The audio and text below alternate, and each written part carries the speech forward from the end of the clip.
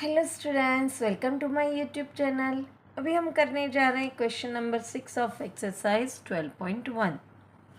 Question में क्या पूछा गया है? The following table gives the distribution of students of two section according to the marks obtain by them. यहाँ पे एक स्कूल के एक स्टैंडर्ड के दो सेक्शन दिए गए हैं, सेक्शन ए सेक्शन बी, और उसमें मार्क्स दिए गए 0 से 10 मार्क्स पाने वाले उस क्लास के 3 बच्चे थे।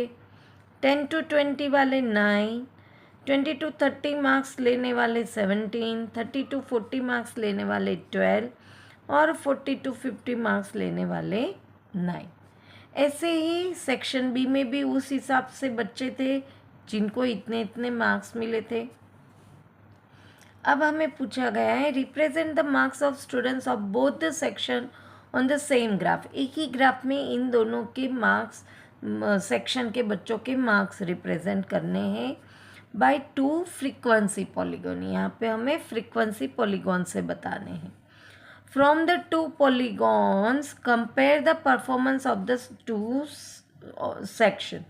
उसके बाद हमें उस पर से दोनों सेक्शन के बच्चों के परफॉर्मेंस को कंपेयर करना है।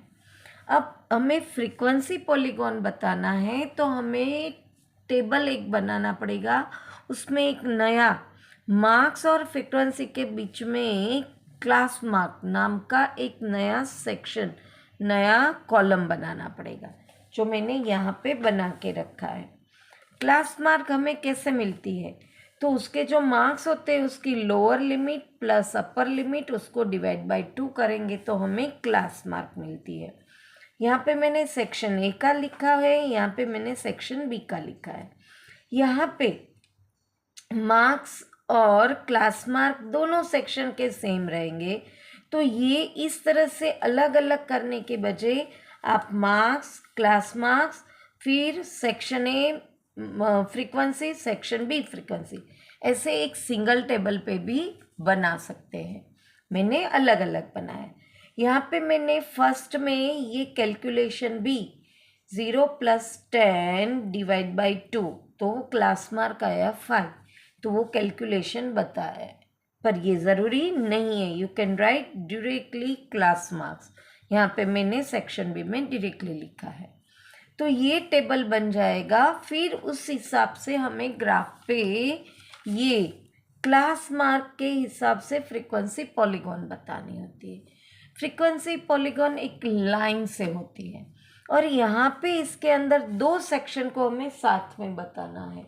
मैंने यहाँ पे ग्राफ में बताया हुआ है। अगर दोनों को मुझे साथ में बताना है तो मैंने स्ट्रेट लाइन टीम ए के लिए डिसाइड की है और डॉटेड लाइन मैंने टीम बी के लिए डिसाइड की है, ताकि दोनों को हम अलग दिखा सके। और यहाँ पे मैंने हॉरिजॉन्टल लाइन पे मार्क्स लिए हैं और वर्टिकल वाई एक्सिस पे फ्रीक्वेंसी ली है। इसके अंदर, ये टेबल के अंदर टीम ए और टीम बी की जो फ्रीक्वेंसी है उसमें हाईएस्ट 19 है और लोएस्ट 1 है। तो मुझे 1 से 20 नंबर वाई एक्सिस पे बताने हैं। तो मैंने 1 centimetre square is equal to 2 unit लिया है। तो 2, 4, 6, 8, 10, 12, 14, 16, 18 और मैंने 20 तक दिखाया है। और यहाँ पे हमारे मार्क्स है 0 से लेके 50 तक, तो ये तो 0 होता ही है। मैंने 10, 20, 30, 40 और 50 करा है। यहाँ पे फ्रीक्वेंसी पॉलीगॉन में हमें एक प्रेसिडिंग मार्क्स भी लेना होता है और सक्सीडिंग भी लेना होता है, इसलिए मैंने 50 से आगे 60 लिया है और 0 से आगे -10 लिया है। और उन दोनों की भी मिडल टर्म हमें ढूंढनी होती है। तो यहाँ पे 50 और 60 के बीच में 45 पे मिडल आएगा और 0 और -10 के बीच में -5 मिडल टर्म आएगा। तो फ्रीक्वेंसी पॉलीगॉन एक प्रेसिडिंग और एक सक्सीडिंग पे शुरू और बंद होता है। अब हमें टीम ए के लिए डार्क लाइन चूज़ की है, तो उसकी डेटा देखेंगे और उसको हम बताएंगे। तो टीम ए में 0 to 10 मार्क्स लेने वाले बच्चे 3 है। तो यहाँ पे 0 और हमारा उसका क्लास मार्क है 5। तो 0 और 10 के बीच में क्लास मार्क और 2 और 4 के एग्जैक्ट बीच में 3 आएगा। तो मैंने यहाँ पे बनाया है। फिर 10 to 20 मार्क्स लेने वाले 9 बच्चे हैं और क्लास मार्क 15 है। तो 10 और 20 के बीच में 15 यहाँ पे होता है और 8 और 10 के बीच में यहाँ पे 9 होता है। मैंने यहाँ पे डॉट लगाया है। पहले मैंने सब में डॉट लगा दिया और फिर मैंने लाइन ज्वाइन की है, स्केल से लाइन ज्वाइन कर दी है।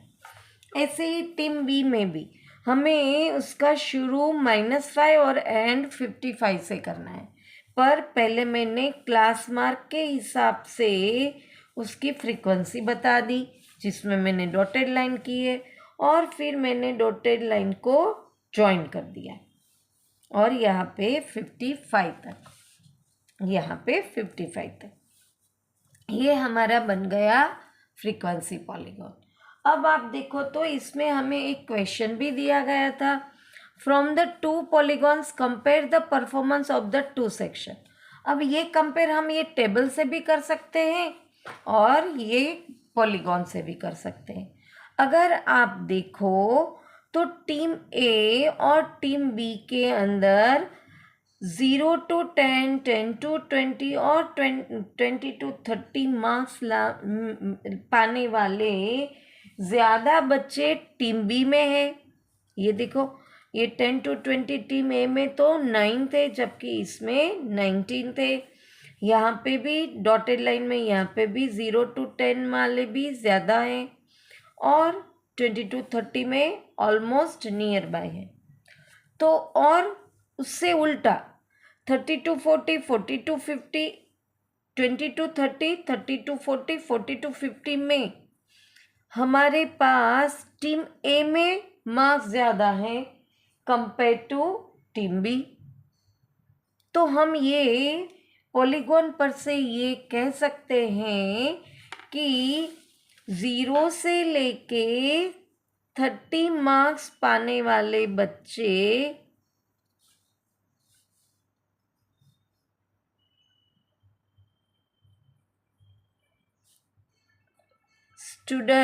बच्चे कौन से उसमें ज़्यादा है, टीम बी में।